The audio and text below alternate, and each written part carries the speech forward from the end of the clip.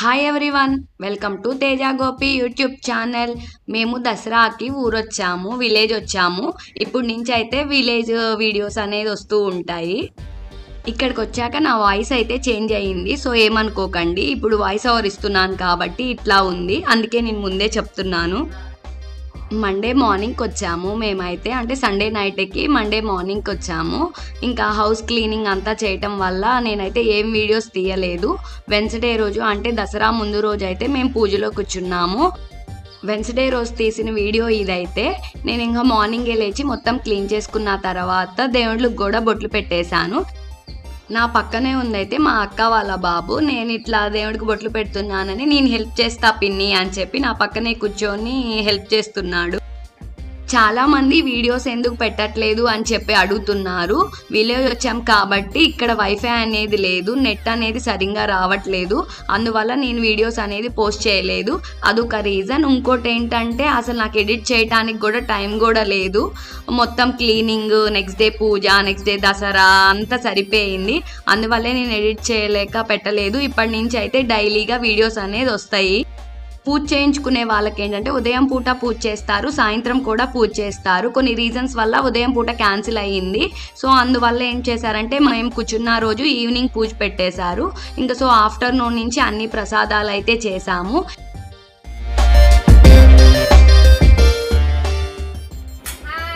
Thank you మా అమ్మ. Hi చెప్పండి అత్త. ఈ ప్రసాదాలు చేసే దానిలో అయితే మెయిన్గా నేను మా పెద్దక్కకి థ్యాంక్స్ చెప్పాలి. ఎందుకంటే అసలు ఎన్ని చేయాలనేది కూడా నాకు తెలియదు. సో అయితే నేను ఎన్ని కావాలి ఏంటి అని చెప్పానంతే. తనే మొత్తం లిస్ట్ రాసిచ్చింది, తనే సరుకులు కూడా తీసుకొచ్చారు. నేను తీసుకొస్తాను ఇట్లా నాకు తెలుసు అని చెప్పేసి ఇంకా ముందుగానే వచ్చి ఏం చేయాలి అని చెప్పి అన్నీ మా పెద్దక్కే దగ్గరుండి చూసుకుంది. ఇంకా తర్వాత అమ్మ అయితే వీళ్ళందరినీ పిలుచుకొచ్చారు. నాగరాజ ఆంటీ కానీ, ఇంద్రత్త కానీ, ఇంటి ముందు మా అమ్మ కానీ, రేవతి అక్క, మళ్ళీ పక్కన ప్రకృతమ్మ ఆంటీ అని ఉంటారు. వీళ్ళందరూ వచ్చి ప్రసాదాలు అయితే మాకు చాలా హెల్ప్ చేశారు. Thank you so much everyone. వీళ్ళందరూ రావటం వల్లే ప్రసాదాలు చేయటం కూడా చాలా ఈజీ అయింది. చాలా బాగా హెల్ప్ చేశారు. అందరూ అయితే ఆఫ్టర్నూన్ వచ్చి ఈవినింగ్ దాకా మొత్తం ప్రసాదాలు అయిపోయిన దాకా ఉండి అన్నీ అయిపోయిన తర్వాతే వెళ్ళారు. పిలవంగానే వచ్చి హెల్ప్ చేసినందుకు thank you so much everyone. 11 ప్రసాదాలు అయితే చేశారు. గారె, పూర్ణాలు, పొంగలి, పులిహోర, దద్దోజనం, వడపప్పు, పానకం, చలిమిడి, గుగ్గిళ్ళు, రవ్వ కేసరి, మామూలుగా ఫ్రూట్ కూడా పెడతాం కదా అని చెప్పేసి 11 అయితే అనుకున్నాము. ఈ ప్రసాదాలు ఎలా చేశారు అనేది నేను కొన్ని క్లిప్స్ అయితే తీసాను, కంటిన్యూగా పెడుతున్నాను, చూసేయండి. బ్లూ శారీ వేసుకుంది కదా తనే మా పెద్ద అక్క. పక్కన పింక్ డ్రెస్ వేసుకున్న అయితే రేవతి అక్క.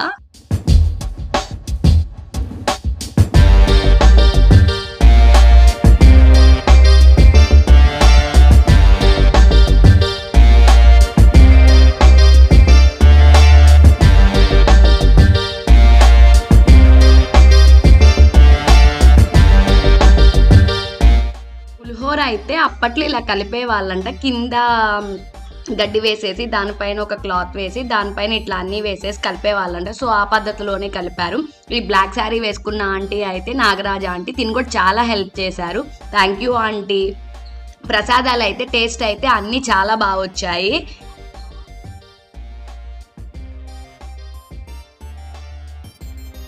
ఈవినింగ్ అయితే మా చిన్నక్క బావగారు కూడా వచ్చారు. ఈ ప్రసాదాలన్నీ గుడి దగ్గర తీసుకురావడం అవన్నీ వాళ్ళే చూసుకున్నారు. పూజ బాగా జరిగింది. ఇన్ని ప్రసాదాలు చేశారు అన్నీ అంటే మెయిన్ రీజన్ మా అమ్మనే. అమ్మ అయితే చేయాలి మంచిగా అని చెప్పేసి దగ్గరుండి చేయించారు. థ్యాంక్ యూ సో మచ్ అమ్మ.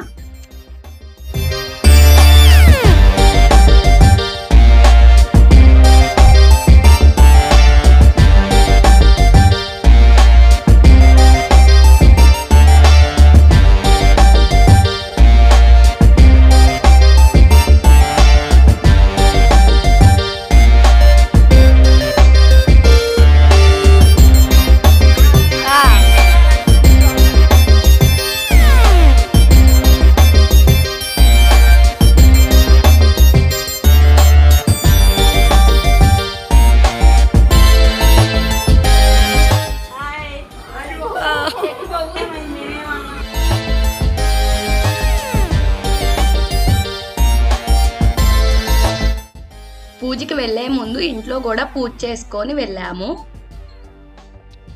పూజ ఎలా జరిగింది అనేది నేను కంటిన్యూగా వీడియోస్ పెడుతున్నాను, చూసేయండి.